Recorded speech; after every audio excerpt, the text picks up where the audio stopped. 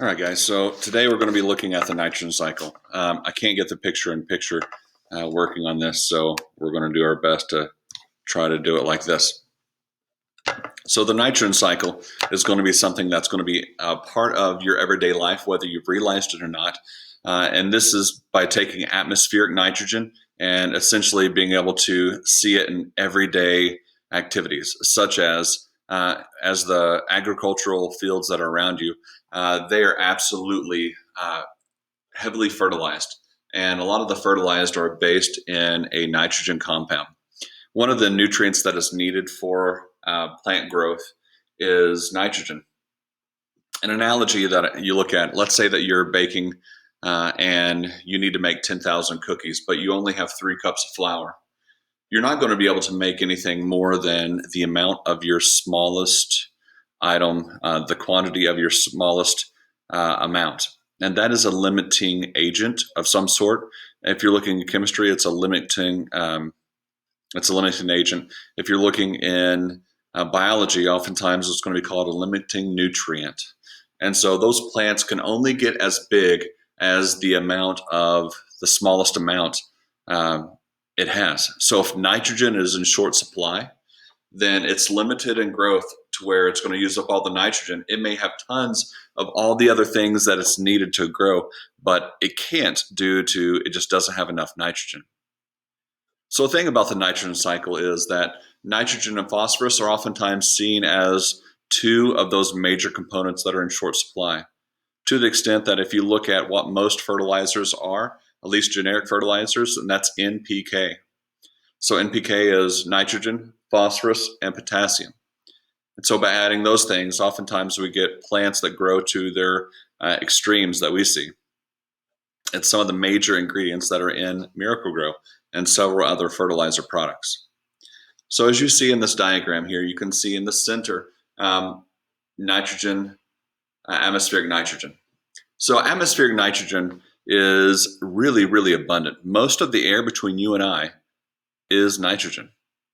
78% of that air is nitrogen. So air that has nitrogen is all around plants that can't really utilize the nitrogen. And so the way that that nitrogen is going to be utilized is through a process that bacteria are going to do. And it's a certain kind of bacteria that live oftentimes in the roots and root nodules of legumes. So legumes are things that are pod-like, and the most classic example are soybeans, beans in general. So you take something like soybeans, and in agricultural areas, you know that you can't grow corn each year the same place repeatedly without having complete disruption and eventually year after year, or else the actual product that you're shooting for will be so dwarfed that you'll have a disappointing yield.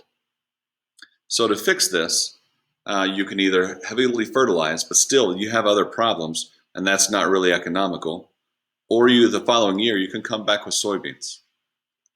So soybeans, of course, you're going to have your yield from soybeans, but the soybeans, they're going to be able to take that atmospheric nitrogen, and those bacteria in the roots are going to go through that process, and they're going to convert it to a usable form of nitrogen. So this is the process in which certain bacteria convert nitrogen into ammonium, is known as nitrogen fixation. And going further, these bacteria live in the soil and on the roots of plants. It is not the plant itself, it's the bacteria in the plant. So you can see right there the process of nitrogen fixation.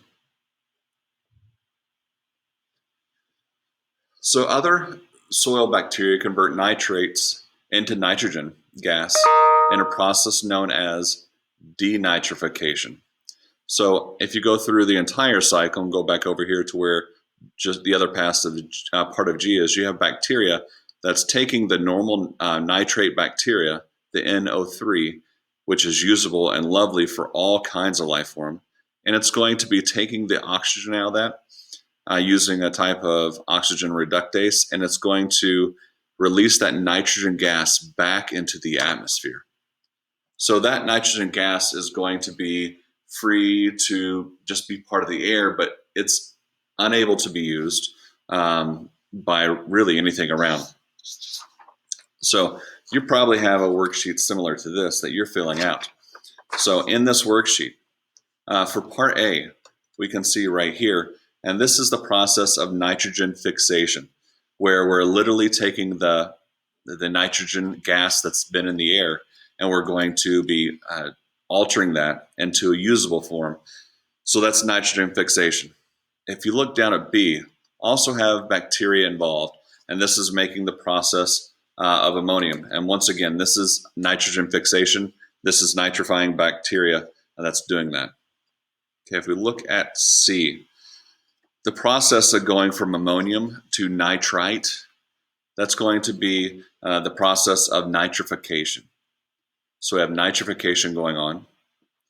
And once again, this nitrogen fixing bacteria, that's going to be the theme that you see again and again. So nitrogen fixing bacteria, which is what D is going to be responsible for converting the nitrites into nitrates. And these nitrates are going to be really important for being usable by plants. So as it's continually altered and used through different life forms, you're going to see eventually plants being able to use this, which is fantastic that these bacteria, which are in plants, can actually do that process. If you go up to E, where you're going to be taking that nitrate and converting it into useful part of the plants, that's a process called assimilation. So you can see with E, assimilation taking place. If you look at F, with F we have the process of ammonification. You can see the word ammonium there, and the ammoniumification is the process that you're going to be converting that nitrogen bacteria's product into this ammonium. This is ammonification. And the very last one, G, is going to be the process of denitrifying bacteria.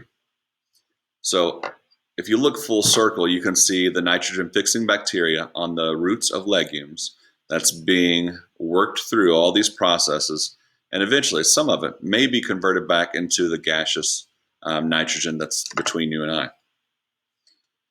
So humans add nitrogen to the biosphere through manufacturing and use of fertilizers.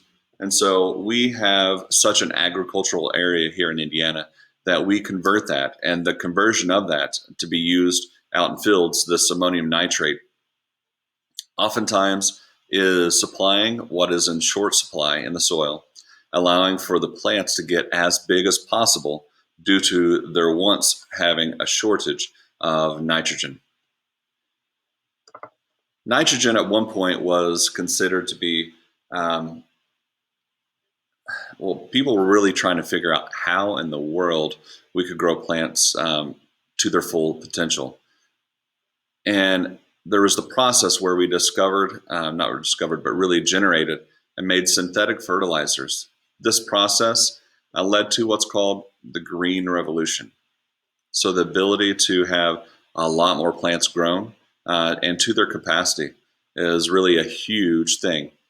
So nitrogen is abundant in the atmosphere. And once again, 78% of Earth's atmosphere is going to be made up of this gas.